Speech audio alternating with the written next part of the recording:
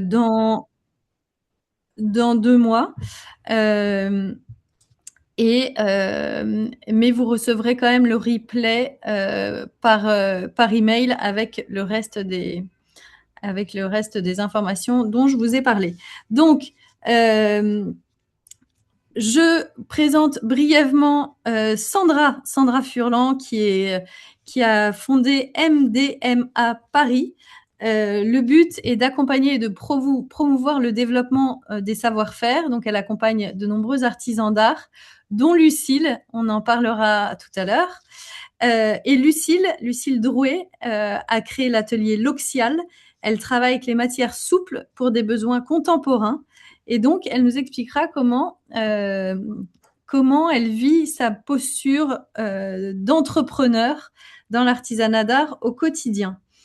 Lucille est à Douélan, en Bretagne. Oui. Donc, bonjour Lucille, bonjour Sandra. Bonjour. Lucille, je vais commencer à te laisser la parole pour que tu nous expliques, que tu nous décrives un peu ton atelier, depuis combien de temps tu exerces ton savoir-faire, pardon, et ce qui t'a motivé à l'exercer. Ok, avec plaisir. Bonsoir, bonsoir tout le monde. C'est un plaisir d'être là. C'est très très chouette de pouvoir témoigner et puis partager et transmettre tout ce que j'ai pu traverser avec Sandra, qui m'accompagne depuis 1 an et demi. Alors donc dans mon travail, alors mon atelier a été fondé en 2011, on va dire. J'ai commencé vraiment à travailler pour moi-même en 2011. Donc j'ai commencé par la teinture végétale. Voilà. En fait, ça a été vraiment le début pour moi de la création de mon atelier, avec le souhait d'un engagement, de participer à la transition écologique. Et petit à petit, l'activité en fait s'est précisée jusqu'à vraiment il y a, on va dire, 2-3 ans, pour la création de matériaux, donc de matières souples, qui sont que je réalise avec des matières premières plutôt singulières, qui s'inscrivent vraiment dans cet engagement-là, qui est un engagement de faire partie du vivant. Euh, donc pour en parler, c'est vraiment le liège là aujourd'hui qui est la matière phare de l'atelier. C'est une matière qui est comme une quintessence, on va dire, de toutes ces valeurs-là, et en même temps qui est très sollicitante, puisque techniquement, pour l'ennoblir, puisqu'il s'agit aussi de ça, et de la travailler, c'est une découverte et en même temps un défi à chaque fois. Et c'est aussi ça qui crée l'élan, puisque cette matière, ouais, enfin, écologiquement, c'est vraiment une matière très très performante, et aussi c'est une matière qui m'a permis de vraiment comprendre, on va dire, le lien, la beauté qui peut exister entre l'objet final et sa provenance finalement. Euh, que dire d'autre? Je trouvais que, bon, du coup, là, tu as un super fond d'écran en haut donc, que je vais essayer de décrire, mais je trouve que c'est vraiment la pièce, enfin la matière phare qui représente ça. Donc, ça va être comment rendre souple cette matière qui vient du bois, et comment la colorer, et comment lui donner, en fait, la parole pour qu'elle puisse raconter d'où elle vient, et comment mon interaction avec elle va faire que les personnes qui la regardent, qui l'utilisent, se trouvent aussi connectées avec cette essence-là. Voilà, si je peux résumer en bref. Et pour qui tu fabriques ces projets? Oui, alors ça va être à l'attention plutôt des centres d'art, des architectes d'intérieur, des designers, d'autres artistes aussi dans des collaborations, des designers d'espaces, d'objets. Ça va être une clientèle qui va pouvoir s'approprier en fait la matière, et puis on va travailler en sur mesure ensemble. Donc que ce soit sur des projets d'architecture d'intérieur ou alors par le biais par exemple d'expositions, de performances.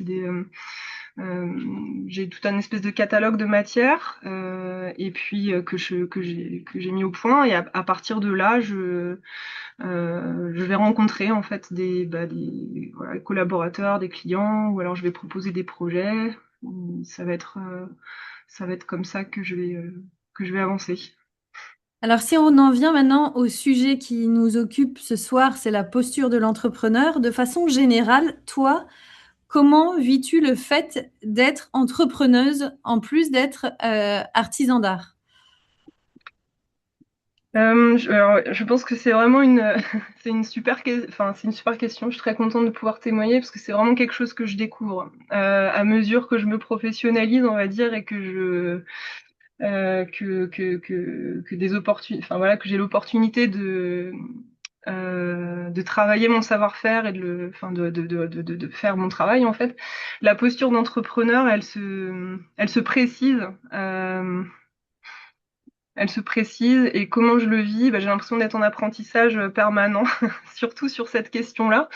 Je pense que on va dire la chose la plus concrète, voilà, que je peux dire, c'est que autant la matière créée, recherchée, comment transcrire une sensibilité, ça c'est quelque chose que je travaille depuis le début, auquel je m'attelle.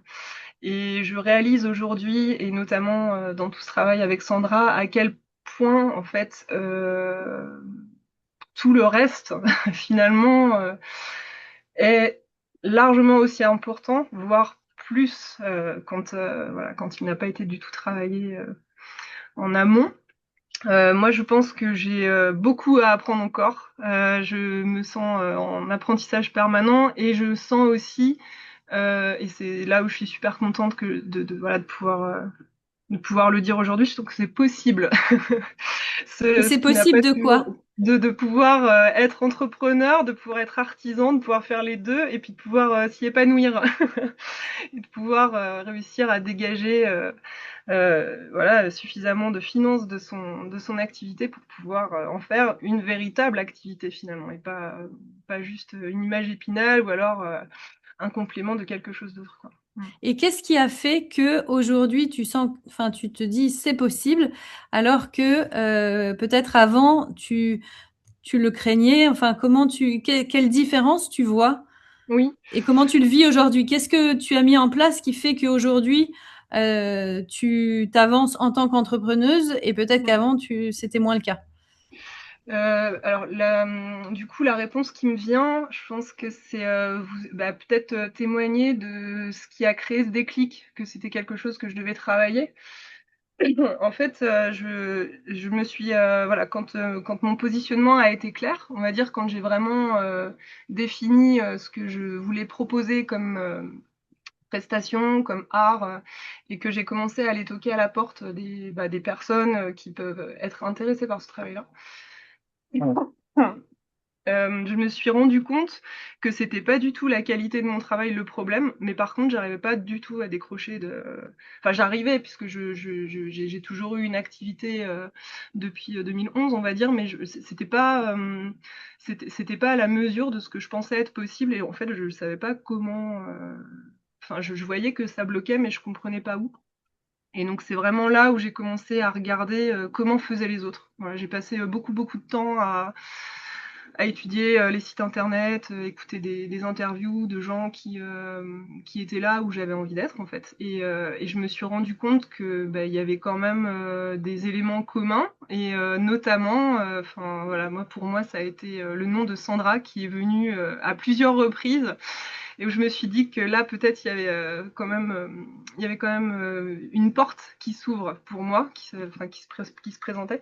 Et ça a été voilà, ça a été grâce à cet accompagnement que je me suis rendu compte que effectivement il y avait Enfin, en fait, je me suis rendu compte de tout ce qu'il y avait à travailler dans cet accompagnement, et c'est en le travaillant que voilà, que je commence à me l'approprier aujourd'hui. Je sais pas si ça répond à la question. Si, ça répond à la Ouais, question, mais on a envie de te demander quels ok. sont ces éléments. Ah oui, bien sûr. Alors, il y a eu plusieurs choses. Je pense que dans l'ensemble, c'était de me confronter à tout ce que je n'aime pas faire. Donc, à savoir peut-être calculer les coûts. Le premier travail, ça a été de savoir exactement combien d'argent je dépense pour créer en fait une matière et à combien elle me revient concrètement. Et je pense qu'il y a beaucoup de dépenses que je n'avais pas comptabilisées et il y a énormément de temps aussi que je ne prenais pas en compte, enfin des temps masqués. Et ce qui faisait que tout ça, mis bout à bout, en fait, je ne me payais pas suffisamment. Enfin, en gros, j'étais pas, j'avais pas le bon tarif, quoi. Et, euh, et en fait, j'arrivais pas à le mettre parce que déjà, je pensais pas pouvoir avoir cette valeur-là. Il est vraiment question de la valeur qu'on donne à son travail. Que là, pour moi, que je me donnais à moi-même, voilà, je peux commencer à parler au passé. Et c'est vrai que enfin, je trouve que la question de la valeur, c'est vraiment un point central. Et c'est vraiment des tâches qui, pour moi, se retrouvaient dans la comptabilité. Donc vraiment, combien je dépensais, et puis à partir de quand je gagnais de l'argent, et puis à partir de quand je travaillais pour rien, et puis à partir de quand je payais pour travailler. Donc ça a été déjà déjà réussir à en fait savoir où j'en étais, déjà me situer en fait, comment voilà, où est-ce que je pouvais euh, voilà, être aidée, enfin en tout cas décider de mon tarif et en fait réaliser que oui, c'était le bon tarif. Voilà, je pense que c'est un premier élément concret qui est venu quand j'ai commencé à vraiment calculer. Donc quand je disais me confronter à tout ce que j'aime pas faire, c'est tout ce qui ne concerne pas la création finalement, quoi. Donc il y a eu toute la relation client aussi. Donc il fallait sortir de l'atelier pour aller rencontrer les gens. J'adore discuter avec les gens, mais dès qu'il s'agit de me mettre en valeur, très sincèrement, là, enfin, bon, même aujourd'hui, c'est pas un exercice super facile pour moi, malgré tout. Donc, même si j'ai beaucoup de joie à transmettre et à témoigner, voilà, c'est pas des choses qu'on apprend en tout cas, et, Et, mais juste, qui a et besoin justement, de. aujourd'hui, quand tu vas voir un client, euh, qu'est-ce que tu lui dis que peut-être tu n'aurais pas dit avant? Enfin, quelle posture en fait tu as développée pour te sentir tout à fait légitime pour lui proposer un projet qui en plus va certainement lui plaire. Eh ben, une fois passé cette question de la valeur et déjà de savoir, déjà je vais lui donner le prix de mon échantillon parce que c'est quelque chose que je n'avais pas en tête quand j'allais visiter mes clients. Donc forcément c'était compliqué de décrocher quelque chose. Et ensuite je crois que vraiment le point le plus central quand même c'est de comprendre en fait, de comprendre ce que le client y recherche et de vraiment lui poser des questions. Et je pense qu'à beaucoup de moments, j'ai été impressionnée, voilà, par les personnes que j'allais voir, par leur travail, et puis voilà, par tout ce qu'elles faisaient. Et j'osais pas poser vraiment les questions, à savoir qu'est-ce qui était leurs besoins et enfin, pour savoir comment je pouvais y répondre, en fait, tout simplement. Et ça, c'est vraiment quelque chose que j'ai appris avec Sandra, c'est d'être à l'écoute de mon client et de réussir à articuler en fait cette écoute pour mon client et cette écoute pour moi-même. Voilà. D'accord. Alors maintenant, je sais que vous travaillez ensemble, Sandra et toi, sur un projet, un gros projet en ce moment. Ouais. Euh, euh, Peut-être que tu peux nous en dire un tout petit peu plus sur ce projet et on va essayer. Enfin, ce qui serait intéressant, c'est que tu expliques euh, comment justement ces techniques dont tu nous as parlé là maintenant, comment elles s'appliquent à ce projet en particulier. Quel encadrement tu as mis en place avec ce client-là pour gérer ce projet-là. Comment tu fais au quotidien? Ok. Alors pour poser pour poser le contexte, donc il s'agit d'un projet avec une agence d'architecture d'intérieur qui m'a contactée suite à un article que Sandra a écrit. Euh, donc, euh, donc cette agence d'architecture, en fait, s'occupe de faire la réhabilitation, enfin la rénovation du restaurant d'entreprise de plusieurs entreprises qui se trouvent à Issy-les-Moulineaux, dont l'entreprise Arte, Airbus, Marie-Claire, et j'en oublie au moins une bonne dizaine. Euh, pour la réalisation d'une œuvre en fait centrale. C'est un bâtiment qui est situé sous un dôme en verre et ils ont un très grand pilier qui sert de gaine de ventilation pour les parkings souterrains. Et en fait, euh, donc l'agence d'architecture a choisi de créer un arbre. Donc moi, je réalise le tronc en liège avec cette matière articulée dont je vous parlais tout à l'heure. Et il y a une autre entreprise, donc les Procédés Chanel, qui eux réalisent le feuillage en fait en papier découpé. Donc ça va être voilà, un arbre de 8 mètres de haut sur 5 mètres 40 pardon, de diamètre. Autant dire une échelle que je n'avais jamais imaginée, même je pense en imaginant un grand projet, j'étais très loin d'imaginer que je ferais ça un jour. Donc c'est vrai que c'est un peu particulier parce que ce changement d'échelle, en plus de cette, on va dire, de cette professionnalisation de mon activité, m'a demandé en fait de soutenir un positionnement que j'étais moi-même en train de construire. Donc c'est vrai que c'est un projet qui est quand même assez engageant, pour lequel je suis voilà, hyper contente de. Enfin, c'est même pas être contente, c'est. Enfin, voilà, on travaille avec Sandra, quoi. Enfin, enfin, c'est un projet qui n'aurait pas pu exister sans toi, Sandra.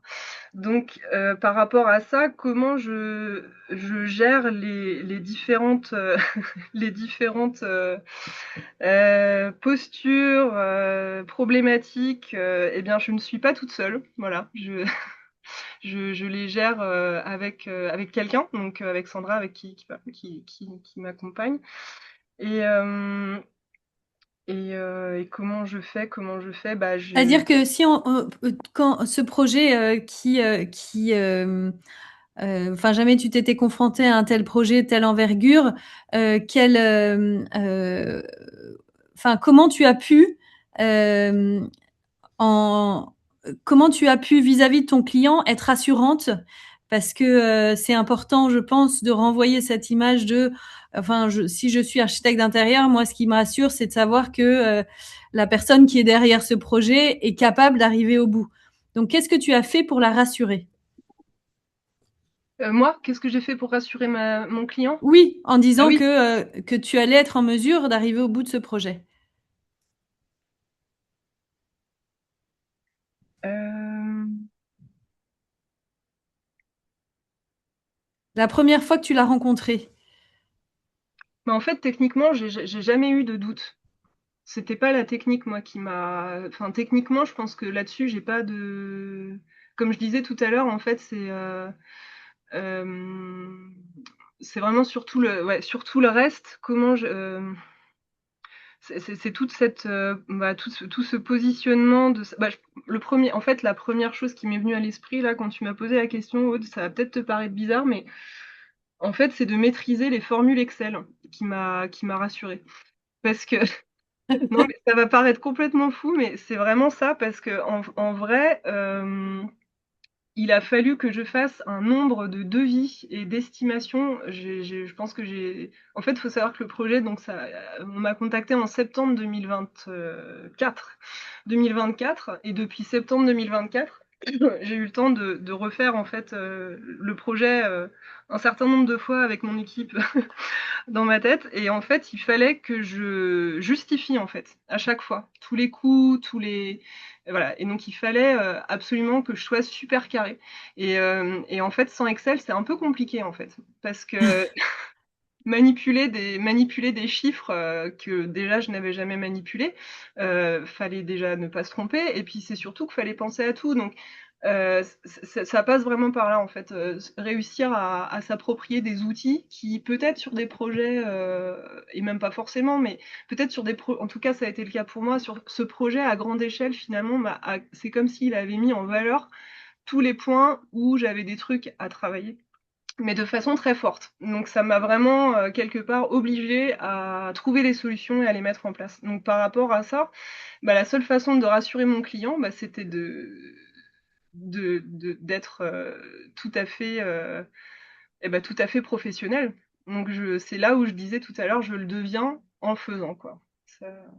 Et est-ce que vous allez au rendez-vous, Lucille et Sandra, ensemble, ou vous vous préparez ensemble et Lucille, toi, tu vas au rendez-vous? Ah bah ça dépend. Ça dépend. Ok, Ouais, ouais, est-ce que bah oui, oui, moi j'y vais, Sandra vient, après il y a des rendez-vous qui se font en visio. d'accord, C'est un peu aussi en fonction des thématiques des rendez-vous, j'ai envie de dire. d'accord, ok. Mmh. Et est-ce que, donc là, tu parles du fait que Excel t'a donné mais la maîtrise d'Excel t'a permis de faire tes devis en pagaille. Ouais. Est-ce qu'il y a d'autres choses sur lesquelles tu as progressé et qui t'a permis de prendre de l'assurance dans cette gestion de projet? Ah oui, oui, je crois que ça a été vraiment le fait d'apprendre à tenir une position, de réussir à comprendre que je pouvais me faire confiance, enfin, sur voilà, sur les prévisionnels, sur les études, et de vraiment, oui, je pense vraiment de me positionner en professionnel ça a été facile parce que ça a été possible pardon parce que j'ai pu en fait vérifier quoi. C'est ça, c'est vraiment tout ce travail là de se poser la question, est-ce que j'ai vraiment pensé à tout? Bah oui, j'ai pensé à tout et puis en fait d'être face à des peut-être des situations où ça a pu être questionné. Euh, Le client a questionné parfois bah, des informations que tu lui donnais? Bah, c'est-à-dire que sur des notions de temps et des notions d'argent, oui, il était toujours question de savoir si on pouvait raccourcir l'un ou l'autre, voire les deux, quoi.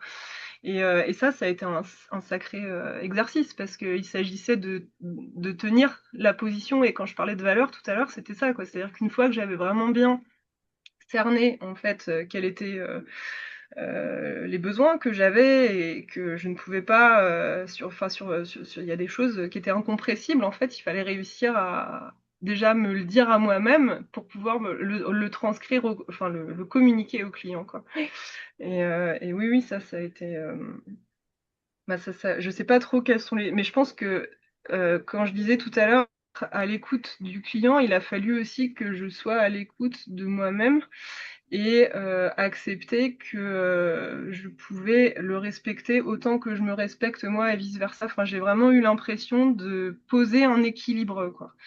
Euh, Poser un équilibre, ouais. Est-ce que dans ce projet, est-ce que tu parles de limites?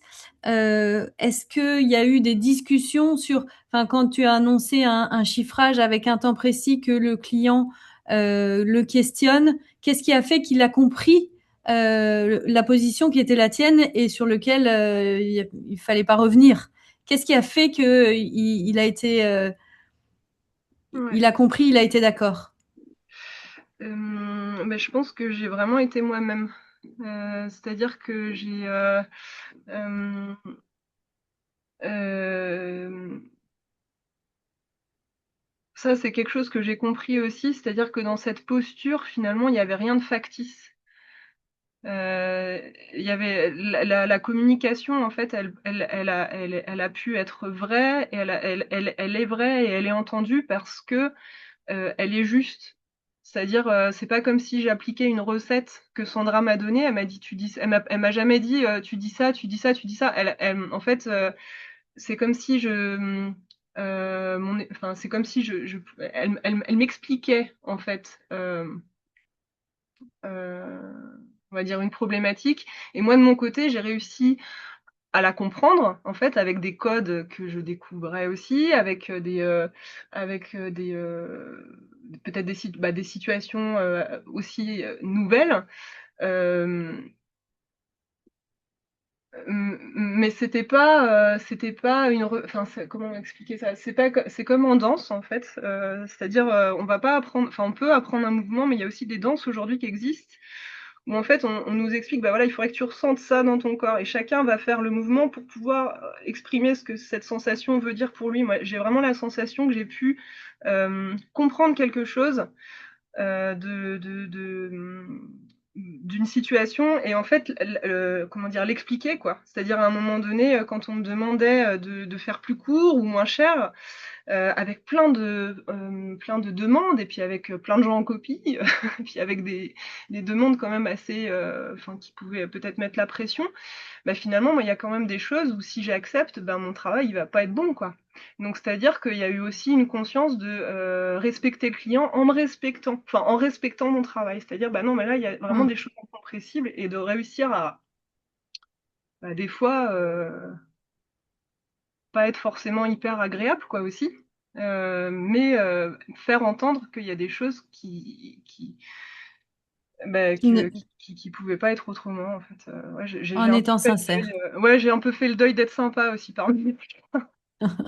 C'est-à-dire que enfin non, mais c'est vrai, je pense qu'il y a beaucoup enfin, d'amis qui, enfin, ouais, ou de proches qui peut-être hallucineraient un peu enfin, de la façon dont j'ai pu parler. Mais moi, en fait, il y a des moments, j'en reviens toujours pas, hein. Mais comment j'ai pu m'adresser bah voilà, à mes clients, quoi, en plus, ouais. Mais oui, oui, je pense que j'ai un peu fait enfin, ce deuil-là, quoi, je pense que j'avais un peu l'image enfin, ouais, voilà, j'ai accepté de me dire, bon, bah, je vais être moi-même, quoi, à un moment. Oui, pour arriver au bout de ce travail, si tu t'es pas sincère sur la Ouais, valeur qu'il a et le temps que ça prend, et effectivement, de temps en temps, sans doute la fermeté permet au client, à la personne qui est en face, de se rendre compte de ce que ça veut dire, parce qu'ils savent pas toujours. Donc, ouais, c'est la exactement ça. sincérité est certainement payante. Avant de passer la parole à Sandra, Lucille, si on en revenait à un conseil principal que tu donnerais à quelqu'un qui veut affirmer sa posture d'entrepreneur face à un client. Si tu avais Ouais. qu'un seul conseil à donner, ça serait lequel? Bah, ce qui m'est venu à l'esprit là, en fait, je pense que moi, j'avais l'image de l'entrepreneuse, de l'artiste, de la femme d'affaires, je sais pas comment on peut dire, mais en tout cas, quand je voyais des femmes, enfin quand je voyais des femmes réussir autour de moi, je pense que j'avais l'image de personnes qui avaient pas de problème, qui avaient pas de peur, qui étaient certainement mieux que moi à tous les aspects, et en fait, je crois que j'avais une image d'une personne qui réussit, et ben qui était pas vraie en fait, parce que je pense que enfin, je pense que en fait, bah, les femmes, bon bah moi je suis une femme, les femmes qui réussissent, bah c'est des humains, et en fait, je connais pas un seul humain qui a pas de problématique à régler. Et je pense que le seul conseil que je pourrais donner, en tout cas moi ce que j'ai traversé, ce que je peux témoigner, c'est que je pense que j'ai vraiment pris conscience que je pouvais faire ce projet quand j'ai accepté de le faire, même si j'étais pas exactement celle que j'imaginais qu'il fallait que je sois, quoi. Finalement, Non mais être soi, non ça mais a du c'est bon. ça. Ouais, ouais, et puis de aussi ouais, quitter une image qu'on peut avoir de la réussite, qui est pas De du la tout working girl. ouais, ouais, ouais, c'est ça, ouais, même si on peut enfin aimer les vestes, hein, ou les boutons sur les toits. Non, non, mais je veux dire, c'est c'est vraiment ça. Enfin, je pense que je l'imaginais que voilà, les femmes qui font tout ce métier-là n'avaient pas peur. Je sais pas si elles ont peur, mais en tout cas, moi, je sais que c'est pas parce que j'ai eu peur que j'ai pas réussi à avancer, et ouais, je crois que c'est vraiment ça que je pourrais dire, quoi. Merci beaucoup, Lucille. Alors Merci. maintenant, on va laisser la parole à Sandra. Donc Sandra Furlan, dont on a beaucoup entendu parler grâce à Lucille. Donc peut-être commence Sandra par présenter ton activité Mm. et ce que tu apportes aux artisans d'art. J'ai l'impression d'apporter beaucoup là d'un coup. J'ai très... je fais pas de miracle par contre, je préviens d'avance. Donc en fait, moi j'ai créé l'agence MDMA il y a 6 ans maintenant. Et donc l'agence, elle a vraiment pour but de valoriser des savoir-faire plutôt de haute facture, mais en tout cas liés beaucoup à l'architecture et aux arts décoratifs. Pas par choix arbitraire, c'est juste que c'est mon parcours. En fait, moi je j'ai pas débarqué dans les métiers d'art comme ça par hasard, hein. C'est vraiment euh, un atterrissage après un long parcours de 25 années. Et en fait, au sein de l'agence, on mène deux activités. D'un côté, il y a une partie ingénierie de projets socio-culturels. Donc, on fait connaître ces savoir-faire à un public assez large, avec des gens très différents. Il y a aussi donc tout l'accompagnement et le conseil aux entrepreneurs, qu'ils soient artisanes, artistes, designers, entrepreneurs individuels ou même gérants de PME, puisque l'agence elle a déjà suivi une entreprise avec 40 salariés. Donc en fait c'est vraiment très très large. Et donc si en même temps je peux essayer de répondre un tout petit peu à des interrogations par rapport à l'accompagnement spécifique par rapport à Lucille, effectivement, donc je parle bien d'accompagnement parce que l'agence n'est pas ne tient pas le rôle d'agent, elle tient rarement le rôle d'intermédiaire, ça peut se faire, mais dans le cadre d'une mission d'accompagnement pour faire grandir l'entrepreneur. En général, on explique toujours qu'on a plutôt une mission avec une. Je dis toujours que j'ai une date de péremption dans la vie des entrepreneurs parce que mon idée, c'est tout ce que j'ai appris pendant les dernières années, les très longues dernières années et toutes mes expériences passées, je vais le transmettre comme bonne pratique aux personnes avec lesquelles on va travailler. Voilà. J'ai essayé d'être courte mais assez exhaustive. Merci Sandra. Et alors, si on en revient à la posture d'entrepreneur, pour toi, qu'est-ce qu'une bonne posture entrepreneuriale chez un artisan d'art? Alors, S'il y en a une, s'il y en a il une. y en a une, il y en a une, et je dirais pas que de se faire que des trucs qu'on n'aime pas, parce que j'ai l'impression que le truc de Lucie, c'était un peu, bah alors j'aimais pas faire ça, Sandra elle me l'a fait faire, j'aimais pas faire ça, Sandra elle me l'a fait faire, donc voilà.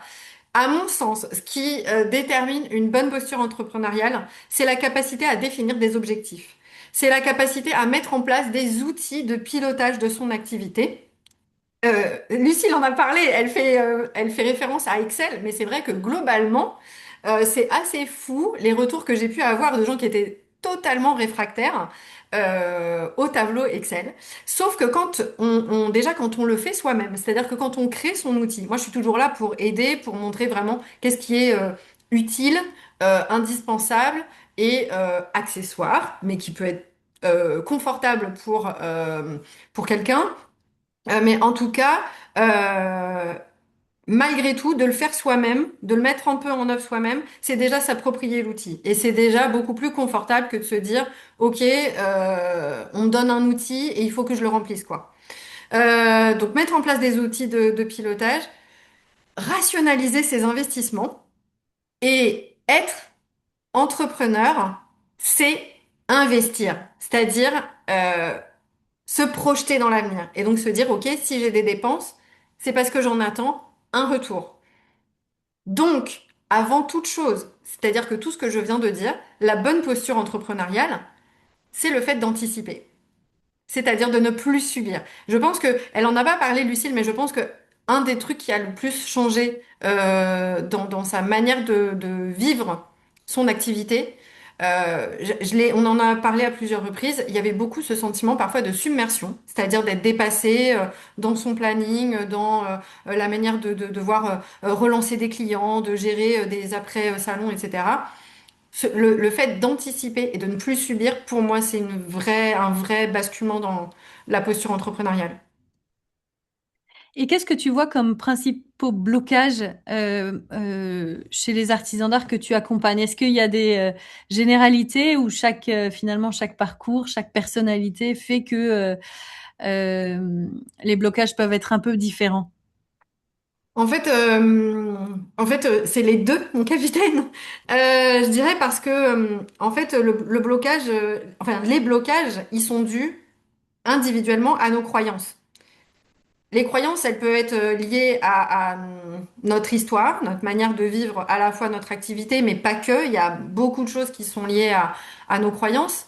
Et en fait, bah voilà, on a des blocages parce qu'on pense être capable de faire certaines choses. Exactement ce que Lucille disait tout à l'heure. À aucun moment je pensais être capable de faire un aussi gros projet. À aucun moment je pensais être capable de m'adresser comme ça à mon client. Euh, donc, euh, donc voilà, c'est aussi que culturellement, il y a cette croyance que l'entrepreneur est seul. Il y a le fait de se dire je dois être seul à affronter mes problèmes, c'est moi qui dirige ma boîte, voilà. Donc ça fait aussi partie des blocages. Plutôt que de se dire je vais m'ouvrir, je vais m'entourer. Euh, Lucie, a beaucoup parlé de moi, mais ce qui lui a permis aussi d'aboutir à ce projet, c'est qu'elle a fait appel à des techniciens sur l'aspect structurel du projet, c'est-à-dire que quand vous avez 200 mètres carrés à recouvrir, évidemment que vous n'allez pas juste accrocher un tissu en haut d'un pylône, hein. Il y a une structure derrière, et donc elle s'est fait accompagner de personnes qui étaient compétentes pour ça. Donc voilà, s'entourer, ça me semble être un moyen de débloquer certaines craintes. Euh, voilà, et donc, ouais, enfin, vraiment pour moi, à mon sens, le blocage, c'est un peu ce truc-là, quoi. C'est, je dois être seule à affronter le monde entier, alors qu'en réalité, c'est pas du tout le cas. Et alors, sur le projet dont on parle, que vous pilotez ensemble, quels sont selon toi les aspects spécifiques dans la relation avec le client sur lesquels, si on applique en fait à n'importe quel type de projet, il faut être vigilant? Pour moi, il y a trois critères. Je vais être très rapide sur cette question parce que pour moi, ça me semble hyper évident. Mais à partir du moment où tu l'as bien imprimé et que voilà, c'est écrit sur la feuille dès le premier rendez-vous, c'est l'objet, c'est-à-dire quel est le besoin du client, il attend quoi de nous, c'est quoi la matière, le savoir-faire, etc. Ça comprend aussi un peu la quantité, je dirais, que ce soit une question de surface ou de nombre d'objets. Le délai. Et la monnaie. Du coup, ça vous fait un truc qui résonne avec des rimes. L'objet, le délai, la monnaie. Voilà. C'est les trois choses qu'il faut avoir absolument en tête quand on a une demande entrante, je dirais, d'un client en tout cas qui émet la possibilité de faire un projet avec vous. Vraiment, à partir du moment où vous avez déterminé ces trois choses, après, tout est affaire de négociation. Il y a des choses qui vont bouger, peut-être, dans les prochains mois. Mais en tout cas, avoir ces trois trucs-là en tête, c'est les trois signaux où on se dit, OK, je sais exactement ce que je dois faire, dans quel délai je dois le faire et quel budget j'ai pour le faire. Parce que quand un client vient voir un artisan d'art, il vient toujours avec un projet très défini enfin, c'est aussi une discussion, une construction ensemble. Est-ce qu'il y a souvent des cas de figure qui s'appliquent généralement où il y a des choses qui sont à construire? En fait, même si on est artisan d'art et qu'on a une production de produits finis, en fait, rien n'empêche de poser ces questions-là. C'est-à-dire que c'est pas une obligation d'être sur une production en sur-mesure, de travailler avec des architectes, etc. En fait, même demain, je sais pas, je suis céramiste et j'ai un client qui rentre dans mon atelier ou qui me demande un rendez-vous ou que je rencontre sur un salon.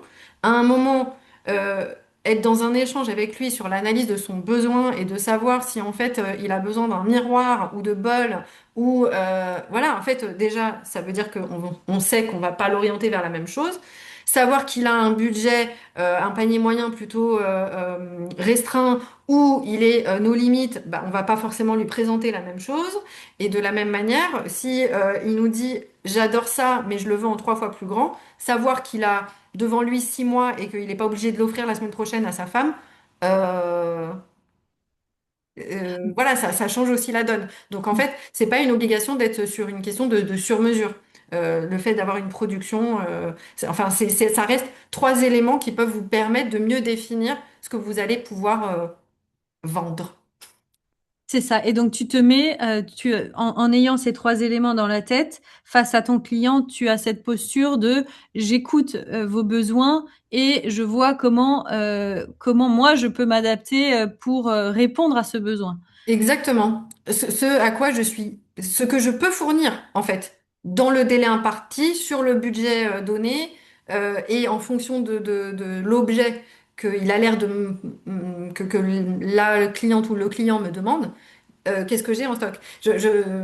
J'en parle de temps en temps, je me permets de faire un petit écart, mais sur un poste, un de mes premiers postes dans ma vie un poste de commercial, j'ai fait une des plus belles ventes de ma carrière sur la simple connaissance de mon stock. Et en fait, comme je savais ce que j'avais en surstock, c'est-à-dire que j'avais un surstock à écouler, en l'occurrence on parle de rideaux, donc c'était des rideaux prêts à poser, et en fait j'avais du surstock.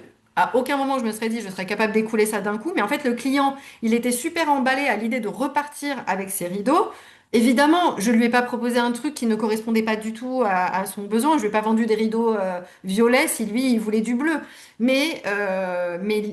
Voilà, en tout cas, le fait d'avoir une bonne connaissance de ce que j'avais dans mon escarcelle m'a permis de l'orienter plus facilement et d'enclencher une vente parce que je savais exactement ce que disait Lucille sur le fait de faire se répondre le besoin du client et ce que moi j'ai intérêt à lui proposer.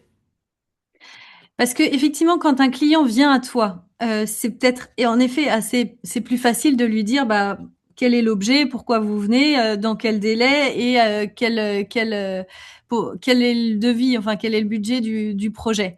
Mais c'est vrai que toi, quand tu es dans une mettons Lucille n'a pas son projet et elle voudrait proposer ce projet qui est quand même enfin euh, il faut trouver les bonnes personnes, les bons architectes, les bons chantiers qui vont permettre d'intégrer ce savoir-faire qui doit trouver sa place. Mais comment présenter son travail, son savoir-faire à un archi ou à un déco qui n'en a pas manifesté le besoin?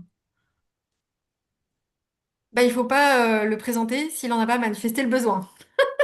Ça me Oui, paraît. Non, mais en fait, alors, euh, c'est amusant parce que vraiment, euh, alors, je vais avoir du mal à vous expliquer là en 5 minutes en étant et suffisamment succincte le fait à un moment, provoquer l'intérêt pour que ce soit votre cible qui qui émette ce besoin-là, qui émette le fait qu'il a besoin de vous. Par ailleurs, alors là, on parle en l'occurrence d'architectes d'intérieur, etc. À un moment, quand vous faites de la céramique, quand vous faites du textile, quand vous faites du bois, quand vous faites, enfin, je veux dire, il y a quand même tout un tas de choses. euh, à moins de faire vraiment des choses superflues et totalement inutiles, ça me semble assez rare qu'ils puissent vous dire, j'ai pas besoin. Je fais des chaises, j'ai pas besoin. Je fais du mobilier, j'ai pas besoin. Je fais du textile pour recouvrir des assises tapissées, j'en ai pas besoin. Tout ça me semble pas possible. Donc, a priori, si vous faites des choses qui sont utiles à l'aménagement d'espace, ça me semble compliqué d'avoir un archi en face qui vous dit j'en ai pas besoin. S'il en a pas besoin et qu'il n'a pas de projet en ce moment, s'il vous répond ça, en tout cas, ça veut probablement dire que ce que vous lui proposez ne lui convient pas, ne l'intéresse pas. Mais c'est pas possible qu'une agence d'archi n'ait pas de projet d'archi. ouais, ça c'est Bon, vrai que c'est une bonne remarque. Mais alors du coup, comment provoquer l'envie d'un archi, d'un décorateur, d'un agent, de vous faire travailler? Est-ce que c'est une question pour en revenir à notre sujet, est-ce que c'est une question de posture? Est-ce que c'est une question de communication? Est-ce que c'est une question de savoir-faire? Enfin, qu'est-ce que tu dirais? Ouais, effectivement, parce que comme on s'est un peu éloigné de la posture entrepreneuriale, je pense qu'effectivement, il y a une question d'alignement. Il y a une question à partir du moment où vous avez travaillé. Je reviens sur ce que je disais au tout début, sur la question de l'anticipation, sur le fait de s'être posé des objectifs et sur le fait d'avoir mis en place des outils de pilotage. À partir du moment où vous avez réfléchi précisément à ce que vous allez proposer sur un secteur donné, et que vous vous dites, OK, j'ai un objectif, que ce soit de chiffre d'affaires, que ce soit de nombre de clients, que ce soit de nombre de projets, etc., alors vous allez devoir définir quelle cible vous allez vouloir toucher. Donc, vous faites vos recherches sur qui sont ces cibles-là. Tout ça, vous l'avez anticipé. D'accord? Donc, encore une fois, à partir du moment où vous avez aligné ce que vous faites, ce que vous voulez proposer, à qui vous voulez le proposer et comment vous allez le proposer, après, enfin, je veux dire, ça semble assez naturel d'arriver devant la personne, de lui dire, voilà, j'ai le sentiment que, je peux me tromper, mais j'ai le sentiment que je peux vous être utile. Si tout a bien été aligné, que tout a bien été travaillé, votre identité, ce que vous faites, ce que vous proposez, comment vous le proposez, à qui vous le proposez, normalement, ça passe assez facilement. Alors, si on reprend le projet, enfin l'accompagnement euh, que tu proposes à Lucille, que vous menez en ce moment avec Lucille, est-ce que tu as vu un changement dans la posture de Lucille et quel a été justement ce changement et comment toi tu en parles? Parce que Lucille en a parlé tout à l'heure, mais c'est intéressant de voir de ton point de vue ce qui a changé dans sa posture, qui a fait que elle était plus convaincante vis-à-vis de son client.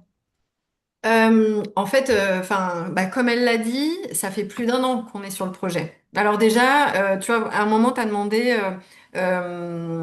comment vous vous organisez pour les rendez-vous clients. Est-ce que c'est Sandra qui y va, qui y parle, etc. En fait, enfin, ça a été très, très progressif. C'est-à-dire qu'effectivement, au tout début, j'étais présente à toutes les réunions. La plupart du temps, je prenais la parole. Et puis au fur et à mesure, j'étais aux réunions, mais c'était plus moi qui prenais la parole. Et puis maintenant, je suis plus beaucoup aux réunions. De la même façon, il y a des mails que je réécrivais intégralement. Maintenant, je fais des petites corrections, plus de l'ordre de l'orthographe, parce qu'en fait, voilà, au fur et à mesure, elle a appris. D'accord? Donc, il y a quand même un côté très progressif elle a acquis des outils, un vocabulaire aussi, parce qu'encore une fois, c'est ce qu'elle disait, elle a changé d'échelle de projet en acceptant ce projet-là. Et donc, forcément, il y a plein de choses en termes vraiment de normes sur des questions de chantier, donc de maîtrise d'ouvrage, maîtrise d'œuvre et compagnie. Enfin, et voilà, il y a tout un tas d'interlocuteurs dont il a fallu comprendre les enjeux, le vocabulaire, etc. Donc, en fait le fait que j'ai été à ses côtés lui a permis d'acquérir tout ça sans être toute seule, enfin, il y a forcément ce moment où on se dit, oui, mais enfin, je vais passer pour une idiote à poser des questions. Moi, je lui ai toujours dit, en fait, tu seras toujours, tu auras toujours l'air plus idiote à faire croire que tu as la réponse et en fait que t'as pas même pas compris la question. Donc vraiment, il n'y a aucun problème à poser les questions. Évidemment, moi, je lui donnais des clés en amont et voilà. Et ça arrive encore qu'on prépare aussi des entretiens avant qu'elle appelle son client. Maintenant, je pense que je sais pas s'il y a eu un déclencheur particulier. Moi, il y a vraiment, j'ai senti le moment où Lucille, elle a arrêté d'avoir ce sentiment de submersion et de se dire, OK, ça y est, maintenant, je comprends, je maîtrise mon devis, je comprends comment je dois penser, en fait, comment je dois relier la négociation avec mon client et ce qui va se passer pendant la prod. Voilà, donc en fait, encore une fois, je reviens sur cette question de l'anticipation, mais à partir du moment où elle s'est projetée dans qu'est-ce que ça voulait dire de le faire en 3 mois au lieu de le faire en 6 mois, évidemment qu'elle l'a fait sur le papier pour remplir les cases du devis, mais en même temps, elle s'est dit, OK, mais ça implique quoi, moi, dans ma manière de faire? Et donc, en fait, à partir du moment où elle a commencé à se projeter et à anticiper, alors ça lui a donné une autre posture. Et malgré tout, je sais plus, alors je saurais plus vous dire pourquoi exactement, mais il y a eu un soir où elle m'a appelé, elle me dit j'ai réussi à lui dire, je l'ai au téléphone et j'ai réussi à me dire à mon client que j'étais pas d'accord et voilà. Donc effectivement, je reviens sur ce que je disais tout à l'heure parce que quand j'écoutais Lucille et qui disait en fait, j'ai l'impression que travailler avec moi, donc moi, Sandra, hein, c'est vraiment faire que des trucs qu'on n'aime pas, mais au fur et à mesure, apprendre à aimer un peu ce qu'on fait. C'est-à-dire qu'elle a parlé de parler aux clients. Bon, elle aime bien créer, mais parler aux clients, c'est pas sa passion, quoi. Faire du Excel, c'est pas sa passion, mais du coup, je l'ai poussée un peu à utiliser des outils. Faire de l'administratif et de la comptabilité, ah bah, c'est sûr qu'elle préférait être sur son métier, mais voilà et ne pas se faire aimer et accepter de ne pas se faire aimer. Et ça aussi, c'est quand même un truc, je trouve, qui est assez récurrent. C'est que quand on crée et oui, quand on est artisan d'art, mais il y a toujours ce truc de, on a envie d'être apprécié pour ce qu'on fait, mais aussi d'être apprécié pour ce qu'on est. Et à un moment, euh, être ferme, donc professionnel. Euh, En réalité, on pense qu'on ne va pas se faire aimer et c'est faux. C'est-à-dire qu'à partir du moment où on est ferme sur ses appuis et qu'on est encore une fois aligné, en général, ça se passe plutôt bien avec la personne qu'on a en face de soi. Ouais, c'est intéressant. Euh, Écoute, on a envie de participer à vos réunions clients. Et donc, quand tu dis au début, je participais énormément, je participe de moins en moins, sur quoi, en fait, il t'a semblé avoir, enfin, qu'est-ce que tu as apporté de majeur, en fait? Donc, tu as expliqué que tu lui donnais des codes de maîtrise d'ouvrage qui étaient sans doute nécessaires pour un grand type de projet, mais sinon, d'autres éléments, pourquoi tu avais besoin de préparer des rendez-vous clients en particulier? Pourquoi tu en as de moins en moins? Enfin, quels sont un peu les éléments sur lesquels tu as permis à Lucille d'aller directement à un rendez-vous client sur quelle base en fait? En fait, il y a deux choses. Il y a ce qui est propre à Lucille, qui était de dire, elle l'a dit, elle en a parlé, elle se sentait pas illégitime pour faire ce projet du fait de la technique. Elle se sentait illégitime du fait du type d'acteur qu'elle avait en face d'elle et de l'échelle du projet qui était à gérer. Et c'est ça qui l'a perturbé beaucoup. Donc ça, c'est spécifique et c'est spécifique, je dirais, à ce projet-là, à ce cadre-là, etc. Après, je pense qu'au fur et à mesure, il y avait aussi cette appréhension des différentes étapes d'un projet. C'est-à-dire qu'en fait, comprendre que là, en l'occurrence, alors encore une fois, je suis désolée parce qu'il y a des gens qui sont peut-être pas forcément sur le même type de projet et les mêmes relations clients, mais il faut comprendre que dans un projet d'archi de cette ampleur, il y a plein d'étapes. On va passer par, on va commencer par une esquisse, et puis après, il y a toute l'étape de conception, il y a le chiffrage, donc les négociations, le passage à la commande, la prod, etc. Et en fait, permettre à Lucille d'appréhender que chacune de ces étapes avait sa propre temporalité, ses longueurs, ses accélérations, etc. Rien que ça, en fait, euh, il y avait un vrai enjeu de ne jamais lâcher. C'est-à-dire qu'en fait, il y a toujours ce truc de euh, oui, mais c'est mort en fait. Parce que ça fait trop longtemps que je les ai pas eu au téléphone, ou c'est mort parce que ils me répondent pas, ou enfin voilà, ou alors mais là je peux pas répondre, j'ai pas les éléments, enfin, je sais pas si je suis claire, mais en tout cas, cette question de la temporalité, comprendre que nos temporalités ne sont pas celles forcément de nos clients et que nos clients, en plus, ils ont la temporalité de leurs clients. Quand on est sur des aussi gros projets, je vous laisse imaginer que vous avez le client final, l'usager, le promoteur immobilier, l'économiste, le bureau de contrôle technique. Enfin voilà, il y a tellement d'acteurs qui sont là à devoir donner des feux verts à droite à gauche. En fait, comprendre que effectivement, bah, nous, on a peut-être un fournisseur à contacter et puis après on peut y aller. C'est pas du tout la même chose de l'autre côté. Donc appréhender aussi les temporalités différentes de vos clients, c'est une manière aussi de se tranquilliser et de prendre du recul et de se dire en fait, enfin, je m'excite pas et je stresse pas, alors qu'en fait mon client il est tout à fait cool sur la question quoi. Mmh. C'est un élément, hein, c'est celui qui me vient là, mais il y a probablement d'autres choses qui me viendraient dans d'autres cadres. Merci beaucoup Sandra. Avant de passer aux questions-réponses, j'ai vu qu'il y avait quelques questions sur le chat. Si tu devais choisir vraiment, si tu avais un seul conseil à retenir ou un élément déclencheur qui fait qu'un artisan d'art va se sentir euh, entrepreneur, ça serait lequel? Bah, en fait, je pense vraiment, c'est, tu m'avais posé la question en amont, vraiment, c'est comme ça que je l'avais imaginé, et Lucille l'a très bien dit. Pour moi, le déclencheur, c'est le jour où l'entrepreneur parvient à ce point d'équilibre entre l'intérêt de son client et le fait de défendre ses propres intérêts. Le jour où on trouve ce point d'équilibre, alors ça change tout dans notre manière de gérer notre entreprise, dans la manière de s'adresser à ses clients, dans la manière de voir l'avenir, dans la manière de gérer la pression d'un projet, etc. Cet équilibre-là, il est fondateur. Et en fait, vraiment, ça paraît peut-être bête comme ça, mais moi, je rencontre énormément d'artisans et d'artisanes.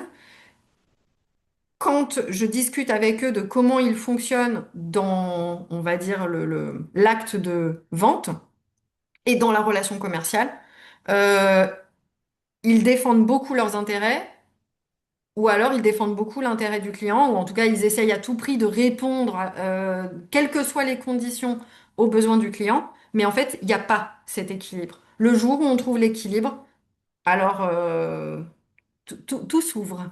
Notre ciel brille au-dessus de nous. Merci beaucoup Sandra, merci beaucoup Lucille. Alors, je vais prendre les questions. Il y a eu quelques questions au fur et à mesure. Alors, certaines peut-être dont on a déjà donné la réponse. Euh, il y en a quand même dont on a...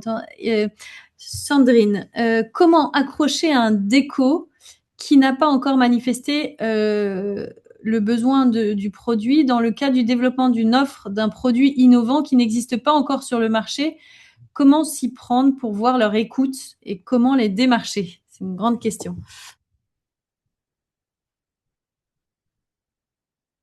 Je pense que même Lucille, elle pourrait peut-être répondre parce que le produit que Lucille, elle propose, c'est quand même pas si fréquent que ça, hein, un revêtement souple en liège, donc avec la partie éco-conception et tout. Je pense que Lucille, elle peut avoir aussi une réponse à ça. Je réfléchis en même temps. J'essaie de Oui. gagner du temps pour me dire, est-ce qu'il y a une réponse toute faite à cette question?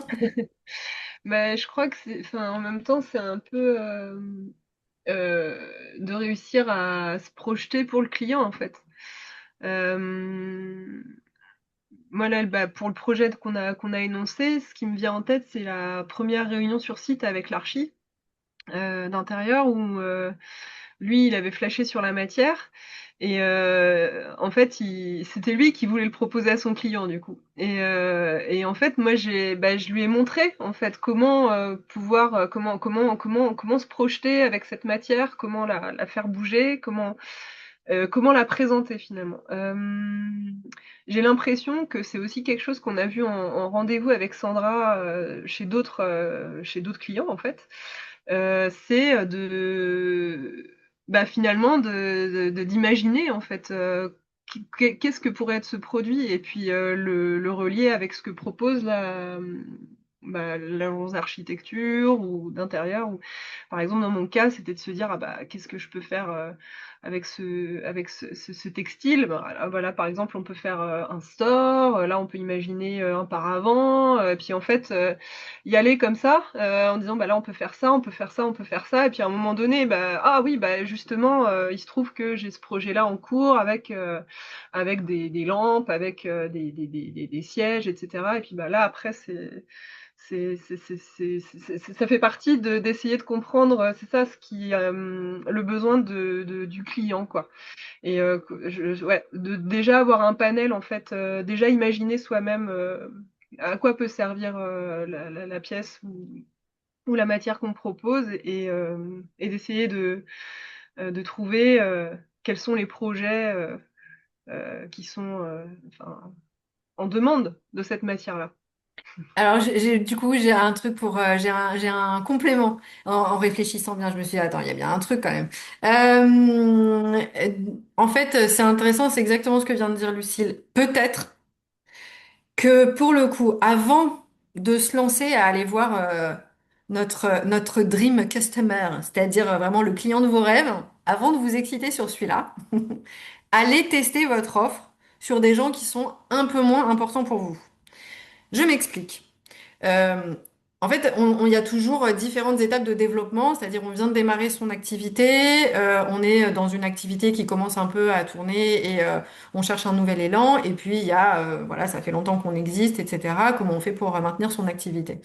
Et en fait, il y a toujours, en tout cas moi, très souvent, j'entends les artisans et les artisanes me dire, je viens de démarrer, donc là, voilà, je produis beaucoup, je crée des choses, etc. Et moi, en fait, j'aurais tendance à dire qu'il faut être totalement à l'inverse de la méthode qu'on se donne d'habitude. C'est-à-dire que d'habitude, on se dit, bon, bah, je crée des choses, je crée une offre, ensuite je prospecte, ok?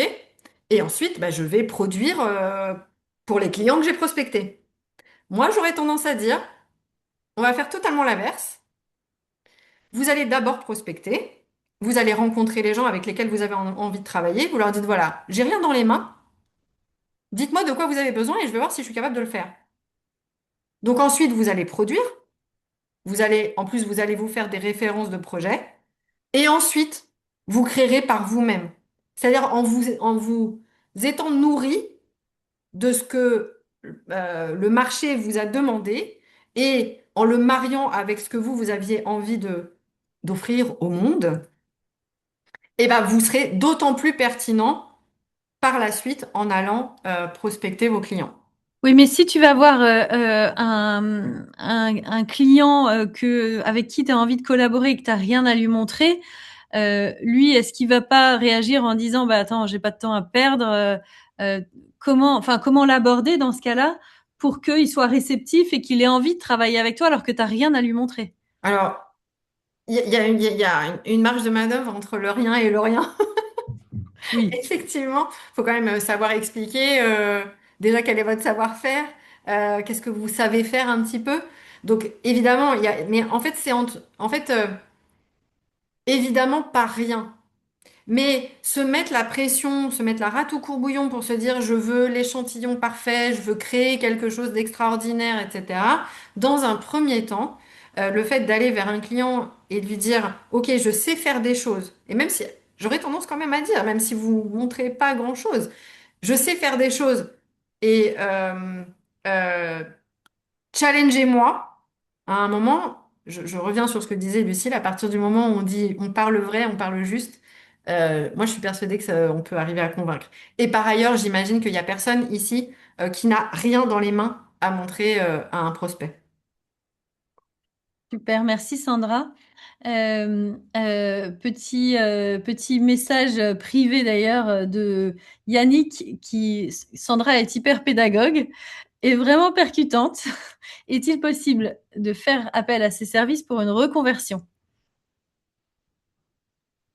Euh, Pour une reconversion, oui. Alors, en fait, j'aurais tendance à dire, je vais pas vous dire oui, venez tous, voilà.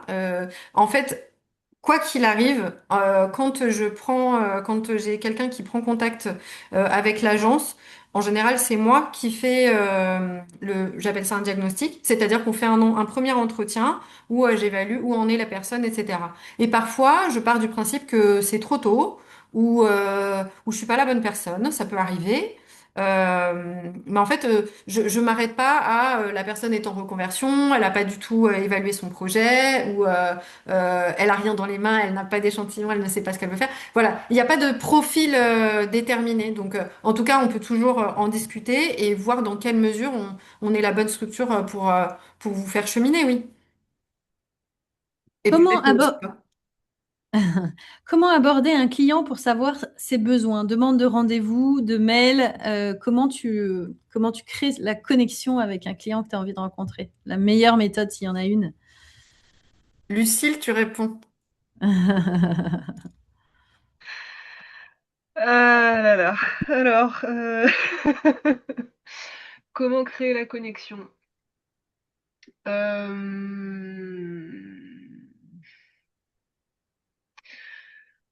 Effectivement, pour rebondir sur ce qui a été évoqué, à savoir le moment où l'intérêt enfin, est émis, quand même,